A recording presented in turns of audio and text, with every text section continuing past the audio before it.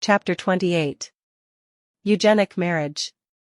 The marriage system of the past patriarchal age was based on protecting the sexual interests of men, while granting women a certain degree of economic security in event of childbearing. But it was anything but a eugenic system, and tended to promote race degeneration, instead of race regeneration. In the new age, marriage will be based on eugenic principles.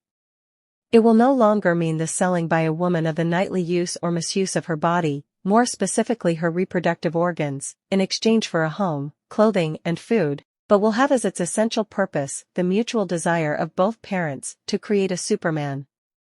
The parents of Goethe married especially for this purpose, and the parents of Pythagoras and Plato dedicated themselves to the task of creating a superior child.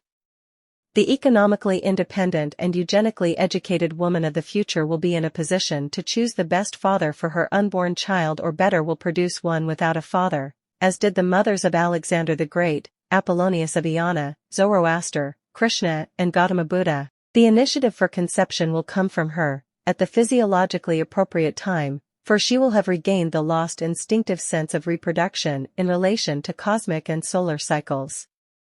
The child will then not come into the world as an unwanted and accidental product of perverse sexual recreation, but as a work of art, prepared for during the course of years by devoted parents, willing to sacrifice personal feelings and desires for the sake of the coming Superman.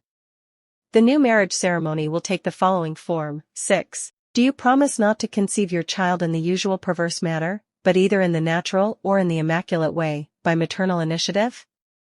To be answered by both. 7. Do you promise never to engage in any form of birth control practices, or to conceive another child before the natural termination of the lactation of the previous one?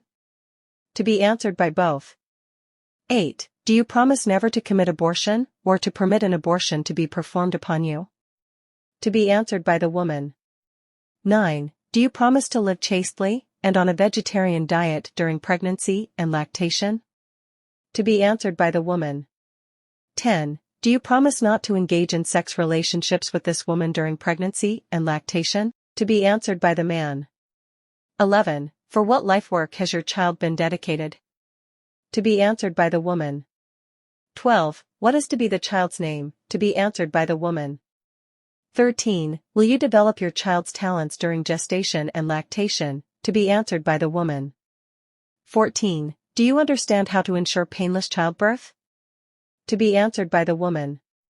Both parties are to retain their original names after marriage. The first name of the child is to be that of some great man or woman who has achieved distinction in the same work for which the child is being prenatally prepared. Its surname is to be that of its mother. In front of the assembled audience, there should be a large painting or statue of this great man after whom the child is named.